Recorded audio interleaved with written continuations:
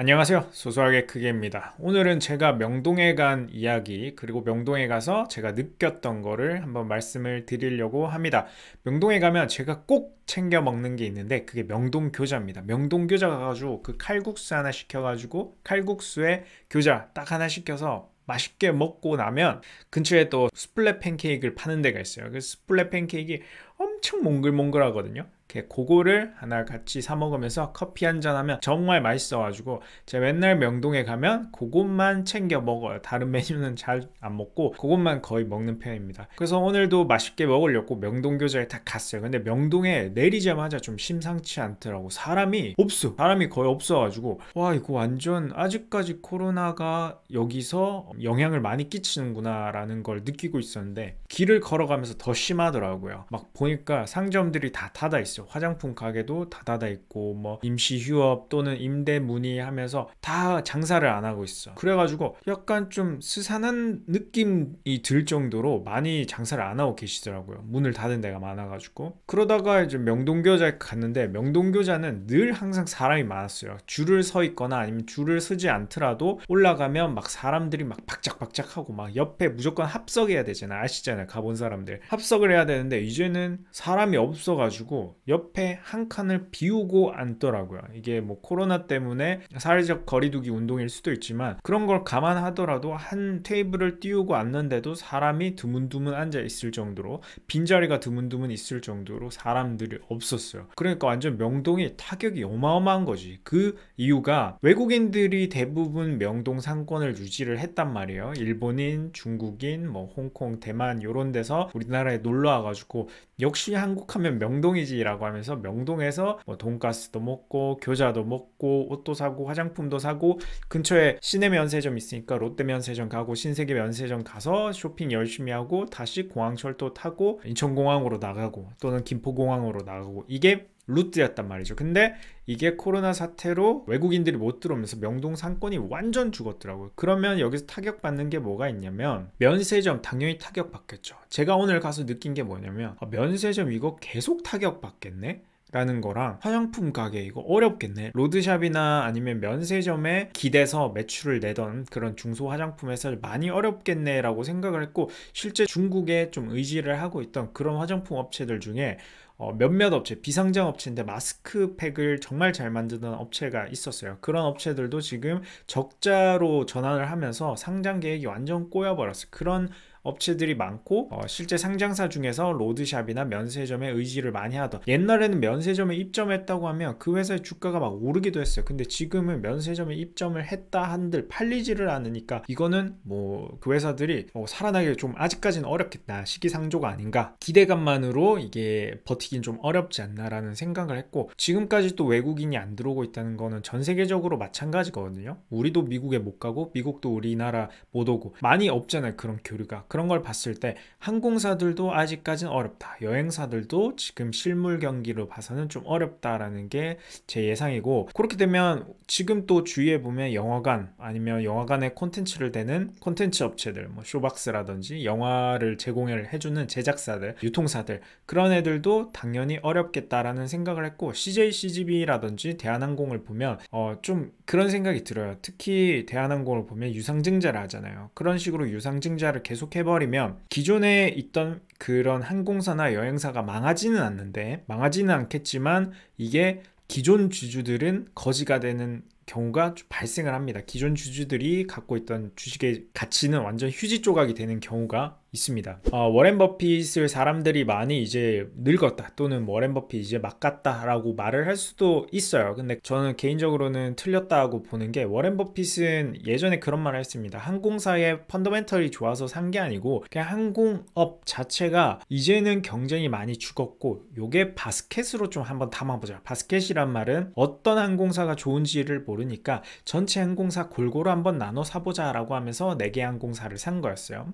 그렇게 4개 항공사를 샀는데 지금 이 코로나 사태가 터지면서 국가에서 도와준다 또는 구조조정을 한다 또는 나중에 유상증자를 할 수 있다라는 그런 얘기들이 나오면서 그런 얘기가 나오면 기존 주주들의 가치는 현저히 떨어지거든요. 새로운 돈이 들어오고 출자 전환 대출금이 주식으로 바뀌고 유상증자 되고 작업들이 계속해서 발생을 하면 기존 주주들의 가치는 완전히 휴지 조각이 됩니다. 지금 단기적으로 델타항공이라든지 유나이티드항공 이런 회사들의 주가가 어느 정도 올라오고는 있지만 이게 장기화된다 보면 실물 경기가 장기화되다 보면 그런 기업들이 감자를 한다든지 유상증자를 한다든지 아니면 그 외부 자금이 수혈이 된다든지 하면 기존 주주들의 가치가 현저히 떨어지기 때문에 워렌 버핏은 그런 것들을 우려해서 아마 바스켓으로 담았던 거를 다 팔았던 것 같고요. 근데 위기가 일단 어쨌거나 이런 회사들이 그런 뭐 구조조정이라든지 법정관리라든지 아니면 어떤 외부 자금 수혈이라든지 다 작업을 하고 나서 몇 년 후에는 또 여행이 많이 이루어질 거예요. 그때에 대해서 투자를 해도 늦지 않을 것 같고 유행은 돌고 돌기 때문에 또 면세점이나 화장품 같은 경우에도 몇 년 후에 다시 동남아, 중국, 일본 사람들이 교류가 많아지면서 화장품 붐이 다시 일어날 수도 있거든요. 그러니까 지금 화장품을 많이 사라는 게 아니고 나중에 다시 붐이 불 수도 있기 때문에 미리 공부를 해두면 좋다. 어려움을 잘 겪어내는 애들이 어떤 방식으로 어려움을 이겨내는지를 한번 잘 보시는 게 좋습니다. 이런 기회에 공부를 하는 게 좋고요. 또 자동차 같은 것도 지금 어려워요. 지금 제 친구 중에 한 명이 테슬라 모델 3를 사고 싶다고 하는 거예요. 그러면 30대 초반, 20대 후반 이런 사람들은 예전에 뭘 좋아했냐면 벤츠 C클래스, BMW 3 시리즈, 5 시리즈 이런 거를 사고 싶어 했단 말이에요. 아니면 아우디 A4, A6 이런 것들을 사고 싶어 했는데 그 사람들의 수요가 뭐야? 전기차로 넘어가네? 테슬라로 가네? 이런 변화들도 있다는 걸 조금 감지를 하고 있습니다. 또 20대 후반의 친구가 얘기를 하는 게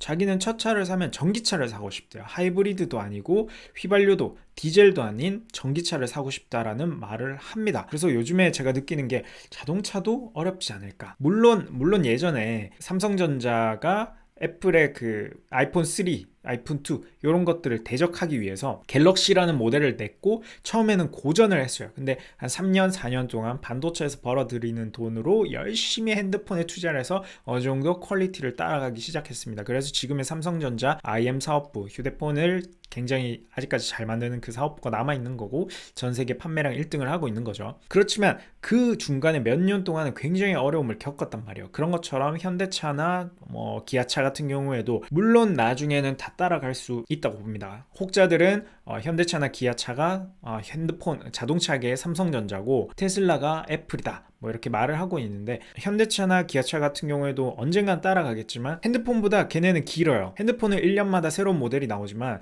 자동차라는 거는 6년 7년의 풀체인지가 한 번씩 되기 때문에 그 기간이 굉장히 길 수가 있습니다. 그래서 현대차나 기아차나 이런 애들이 지금 테슬라가 만드는 이런 세상에서 적응을 하려면 조금 더 많이 걸릴 것 같아요. 그래서 그런 것도 조금 어려울 것 같고 제 생각에는 지금은 반도체만 일단 보고 있어요. 반도체는 공장을 멈출 수도 없고 승자 독식 체제가 이루어지고 삼성전자가 엄청나게 많은 돈을 메모리 반도체에서 벌어들이고 그 돈을 다시 비메모리 반도체에 쏟아넣고 있습니다. 삼성전자가 하는 전략들이 다 그래요. 삼성 바이오로직스 같은 경우에도 삼성전자에서 벌어들인 돈으로 압도적인 생산력, 압도적인 품질로 바이오시밀러를 이뤄냈죠. 그런 것처럼 비메모리 반도체 쪽에서도 10년, 20년 동안 엄청난 돈을 투자를 하면서 아마 나중에는 다 따라잡지 않을까라는 개인적인 생각을 하고 있습니다.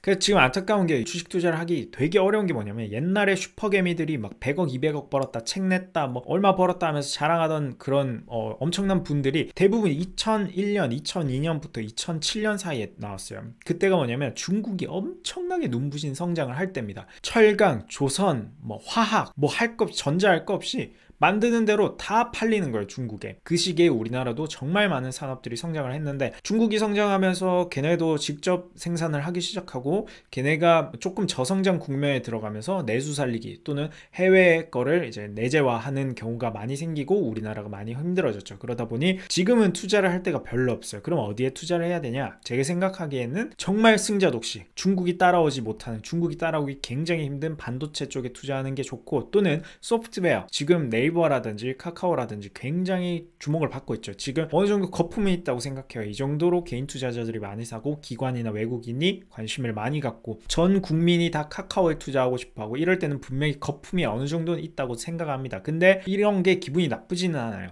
네이버와 카카오가 시가총액 순위 10위 안에 들어가 있다는 게 기분이 나쁘지는 않습니다. 삼성 바이오로직스, 삼성전자, 네이버, 카카오 이 정도 들어있으면 저는 개인적으로 만족해요. 이 정도면 시가총액 10위 우리나라 건강하게 사업이 흘러가고 있네, 건강한 산업이 좀 높은 순위를 차지하고 있네, 이런 느낌이 들어가지고 기분이 그렇게 나쁘지는 않습니다. 또 그런 거 있죠. 이제 저는 이제 기업을 주로 많이 보니까 기업 중에서는 기업의 ERP를 담당하는, 기업의 클라우드를 담당해주는 더 좋은 비즈온이라는 회사도 있는데, 그 회사도 1년에 이익이 600억 700억 정도밖에 안 나오지만 시가총액은 3조 5천억이나 됩니다. 이것도 거품이 조금 있다고 생각은 하지만 정말 뭐 한 5년 10년 뒤를 봤을 때 더 좋은 비즈온이 기업의 거의 대부분을 차지하고 있는 거의 유일한, 우리나라에서 유일한 한국 업체이기 때문에 다른 데서는 오라클이나 이런 걸 쓰죠, 셉이나. 그런데 더 좋은 비즈온이 중소기업을 꽉 잡고 이런 중소기업들이 커나가면서 더 좋은 비즈온도 같이 커나갈 수 있기 때문에 이런 변화들은 굉장히 저는 올바르다고 생각을 하고 있습니다. 뭐 NHN의 페이코, 이것도 드디어 한 4년 만에 결실을 보고 있죠. 이런 변화들이 나쁘진 않은 것 같아요. 여러분들이 여기에 투자를 해서 투자 수익을 버는 것도 좋지만 이런 변화들을 한번 읽어보고 이런 회사들이 어떤 스토리로 커나가는구나 라는 걸 보면, 그 후발주자 있잖아요, 얘네가 나중에 돈을 벌고 커지고 나서 그거에 공식을 답습하는 사람들이 있어요. 똑같이 따라, 답습은 나쁜 거지만 하여튼 똑같이 카피를 한다든지 똑같은 아니면 조금 더 나은 성공 방정식을 따라서 가는 애들이 나오거든요. 그런 애들을 빨리빨리 추적을 해서 투자를 하다 보면 나중에 꼭 성공하는 투자가 될 수 있을 것 같습니다. 우리나라에서 삼성전자도 나왔잖아요. 전 세계 1등하는 삼성전자가 나왔기 때문에 저는 구글이나 페이스북, 아마존 같은 기업이 우리나라에 나오지 말란 법은 없을 것 같아요. 그러면 기업이 나오고 시가총액이 미국처럼 뭐 1000조 이렇게 인정은 못 받겠지만 100조, 200조까지는 인정받는 그런 기업이 나올 거라고 믿고는 있습니다. 그래서 여러분들도 한번 그런 기업 한번 잘 찾아보시길 바라고 저도 한번 같이 찾아보겠습니다. 결론적으로는 이제 철강화학 뭐 이런 옛날 업종보다는 앞으로는 소프트웨어 또는 반도체 쪽에서 계속해서 뭔가가 나올 거다라는 게 제 개인적인 의견이고, 왜 명동을 가서 명동교자를 먹고 주위를 한번 둘러보면서 그런 생각이 더 들었어요. 이제 완전 온라인화 되겠구나. 이제 건물주들이 예전에 이런 붐이 불었잖아요. 건물주가 완전 신보다 위에 있다, 건물주가 간물주 뭐 그랬잖아요. 그런 식으로 인기가 있었던 거는 한번 폭삭도 망하는 경우가 생기기도 합니다. 영원한 건 없더라고요. 그래서 이런 사태로 이제 또 온라인화 되거나 많은 것들이 변화를 하면서 언택트 문화가 이렇게 계속해서 자리를 잡을 수도 있는데, 여튼 그렇게 되면서 어떤 건물주들이 한번 위험을 겪는 경우도 있지 않을까라는 생각을 하고 있습니다. 앞으로의 변화에 대해서 굉장히 좀 주목을 해야 될 시기인 것 같습니다. 감사합니다. 소소하게 크기였습니다.